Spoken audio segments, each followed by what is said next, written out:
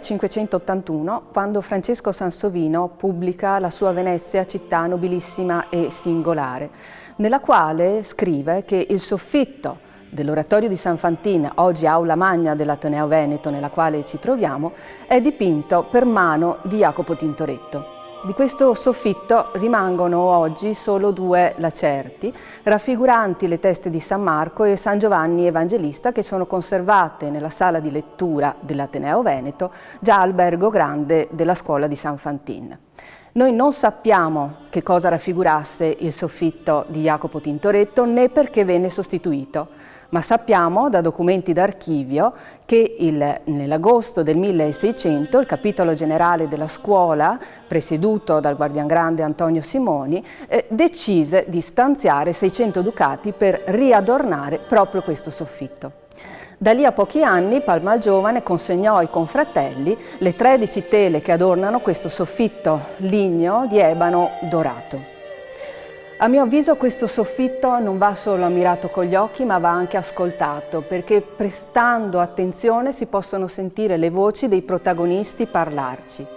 In particolare quelle dei padri della Chiesa, d'Oriente e d'Occidente, che leggono degli estratti, dei passi di cui noi abbiamo i riferimenti bibliografici nei libri che tengono tra le loro braccia, estratti, dicevo, dei loro più importanti lavori che hanno tutti in comune il tema del purgatorio, cioè questo luogo tra paradiso ed inferno, nelle quale un fuoco brucia, scioglie la cosiddetta ruggine del peccato, diceva Santa Caterina alla Genova, delle anime che colà si trovano per un periodo determinato, perché sono state giudicate impure ad accedere al paradiso. Il Tribunale di Cristo, quindi, nel giudizio individuale, quello che avverrà immediatamente dopo la morte, lì le ha posizionate. E 4 riquadri del soffitto raffigurano proprio queste anime che bruciano i peccati tra le fiamme del purgatorio. Sono anime di uomini e di donne, di giovani e di vecchi, che attendono la purificazione. In particolare un'anima dovrebbe attirare la nostra attenzione. È quella di una donna giovane, dai lunghi capelli biondi che le scendono lungo le spalle. È una figura tipica dell'iconografia del Purgatorio, soprattutto post-tridentina, quindi 5, 6 e settecentesca. Ed è la raffigurazione della Maria Maddalena. Chi era? Era una donna che nel deserto, piangendo e pentendosi dei propri peccati, ripulisce, almeno sulla terra, la sua anima. Non deve stupire di trovare la penitente lacrimosa per antonomasia su questo soffitto, perché la scuola dei Picai era una conforteria.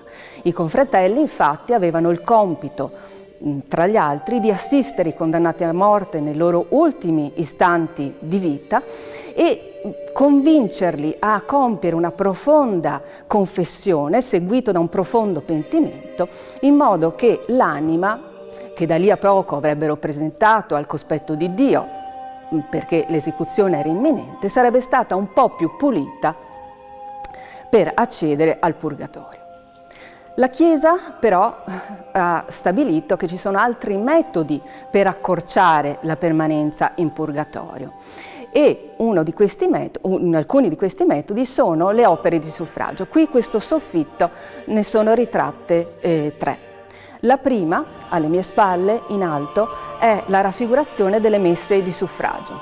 La collocazione non è casuale perché esattamente sopra si trovava uno dei 2 altari. Ricordo che questo era un oratorio, quindi si celebravano anche le liturgie del caso, in particolare le messe di suffragio. Un'altra tela raffigurante un'opera di suffragio è posizionata anche in questo caso in un posto specifico del soffitto, è invece quella che si trova davanti a me ed è l'elargizione delle elemosine. Si trova sopra la porta che dà su Calle della Verona, perché ai lati di questa porta erano posizionate 2 casselle, 2 cassettine per la raccolta appunto delle elemosine. Infine, sopra di me, l'altra opera di suffragio che è la preghiera del Sacro Rosario Mariano. Anche qui sentiamo la voce dei tre protagonisti, sono tre ritratti che recitano proprio la corona che Maria donò a San Domenico. Il primo, Papa Pio V Ghisleri, era domenicano, quindi diciamo per ordine legato al Rosario Mariano, ma è legato anche al Rosario di Maria perché il 7 ottobre del 1571, quando le isole Curzolari si combatteva contro il turco, la Lega Santa combatteva contro il turco, lui a Roma, in quelle ore convulse, pregava proprio Maria per un suo intervento di intercessione e la pregava attraverso il rosario. Lì, a pochi anni, con una bolla proprio di Pio V Ghisleri, il Sacro Rosario Carmelitano sarà legato proprio alla battaglia di Lepanto. Ancora legati alla battaglia di Lepanto, l'altro personaggio, che è quel cardinale vestito di rosso che si trova alle spalle di Pio V Ghisleri. Chi era questo? Questo era il cardinal nipote, perché era anche nipote da parte di madre del Papa Pio V Ghisleri, era Michele Bonelli. Il suo intervento fu, a mio avviso, essenziale per la riuscita della battaglia di Lepanto, per la vittoria della Lega Santa contro l'infedele turco. Perché sebbene il re spagnolo Filippo II avesse firmato la Lega Santa e quindi una partecipazione alla Lega Santa, tentennava a mettere su acqua la sua flotta a favore della Lega Cristiana. L'intervento risolutivo di Michele Bonelli, che da Roma andò in Spagna per convincerlo, è storia. L'altro personaggio, un pochino nascosto nella parte inferiore del riquadro, è invece un veneziano, è il nobile Girolamo Emiliani o Miani, che Novello San Francesco, reduce da una prigionia durante la guerra che Venezia dovette combattere contro la Lega di Cambrai, siamo nei primi anni del Cinquecento, nella quale chiese a Maria di essere tutelato, di essere protetto nella battaglia. Bene, dicevo, tornato a Venezia, Novello San Francesco abbandona tutte le sue ricchezze ai nipoti, dona, si spoglia di tutto ciò che aveva e si dà caritatevolmente alla cura degli orfani.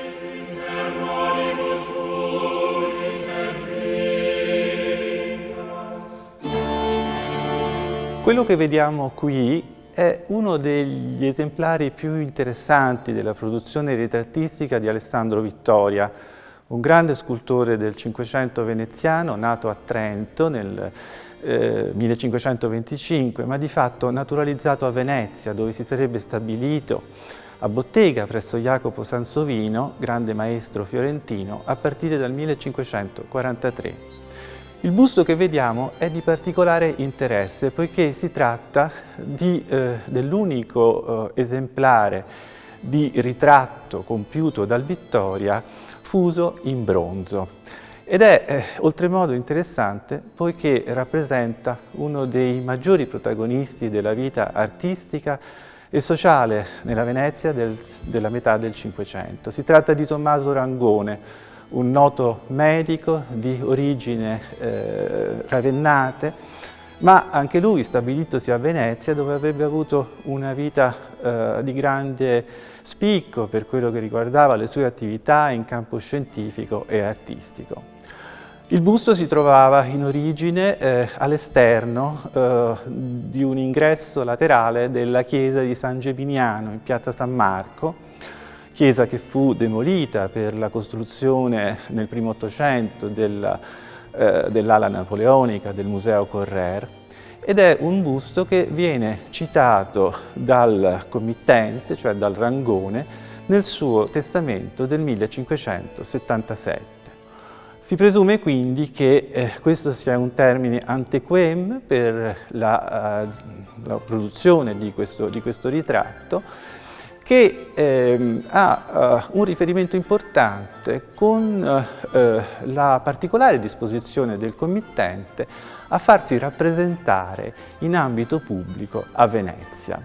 Infatti il primo exploit di Alessandro Vittoria come ritrattista era già avvenuto prendendo a modello il Rangone che in anni precedenti, nel 1556, con le sue grandi ricchezze, aveva finanziato la ricostruzione della facciata della chiesa di San Zulian, nel mezzo della quale aveva chiesto con grande insistenza al Senato della Repubblica di poter apporre una sua statua in piedi a figura intera al centro della facciata.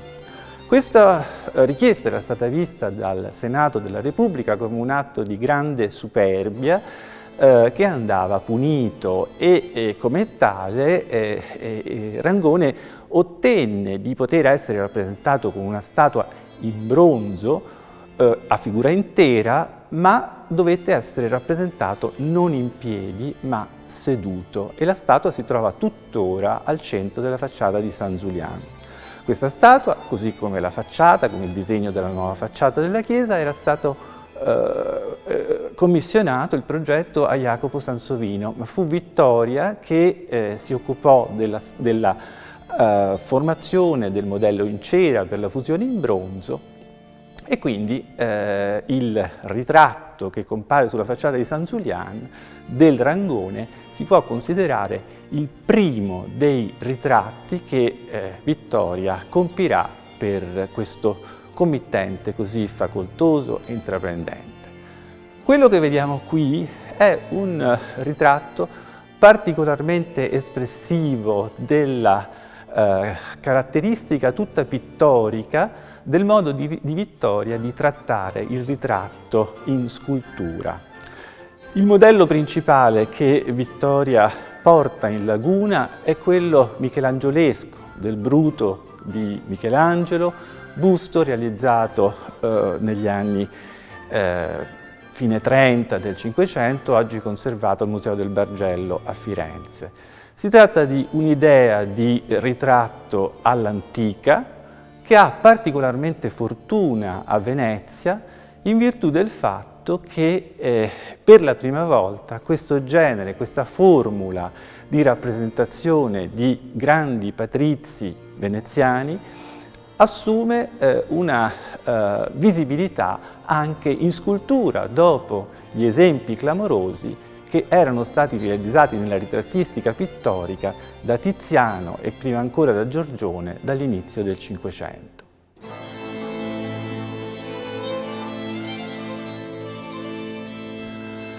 Il busto che vediamo a sinistra, così come quello di Tommaso Rangone, è giunto nella sede dell'Ateneo Veneto nel primo Ottocento, nei primi anni del governo napoleonico, quando con le diverse soppressioni degli enti ecclesiastici furono attuati molti spostamenti di opere d'arte mobili. Il busto che vediamo rappresenta un veneziano, anche lui scienziato, medico, che si chiamava Niccolò Massa. Alla sua destra vediamo un ritratto di suo figlio, Apollonio Massa, attribuito anch'esso alla bottega del Vittoria, ma non autografo dell'artista. L'autografia dell'artista, cioè del Vittoria, del busto di Niccolò Massa, è invece certificata dal riconoscimento che ne fa Sansovino nel 1571 e si trovava in origine a decorazione del monumento funebre di Niccolò Massa, che si trovava, secondo quelle che erano state le volontà del Massa stesso espresse nel suo testamento, in uno dei lati del chiostro della chiesa di San Domenico di Castello. La chiesa appunto fu soppressa dal governo napoleonico e i suoi arredi furono sparsi tra varie sedi veneziane, ed è per questo che il busto giunse in questa sede.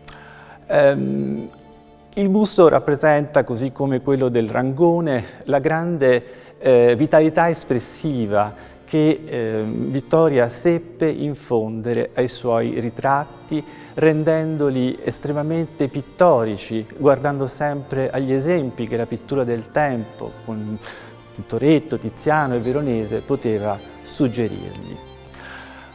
Ma c'è qualcosa da aggiungere. I ritratti del Vittoria non erano previsti solamente per essere posti a decorazione di monumenti funebri o tombe. Molto spesso da questi esemplari in marmo i committenti volevano che se ne traessero delle copie che potevano essere in marmo, oppure erano interessati anche all'acquisto dei modelli in terracotta che l'artista preparava prima di passare alla versione definitiva in marmo. Ad esempio, al Museo Correr di Venezia esiste una terracotta estremamente accurata e di grande qualità che rappresenta il primo passo per la fusione in bronzo del ritratto di Tommaso Rangone. Nella chiesa di Santi Giovanni e Paolo si trovano ad esempio delle opere che in origine peraltro si trovavano invece in questa sede e sono l'esemplare del San Girolamo a figura intera, oggi appunto posto all'interno della chiesa di Santi Giovanni e Paolo, sormontato da una lunetta con l'Assunzione della Vergine che anch'essa si trovava in questa sede e che appunto furono trasferiti nella chiesa di Santi Giovanni e Paolo insieme alle due statue in bronzo rappresentanti la Madonna e San Giovanni Evangelista, anch'esse oggi collocate all'interno della Basilica dei Santi Giovanni e Paolo.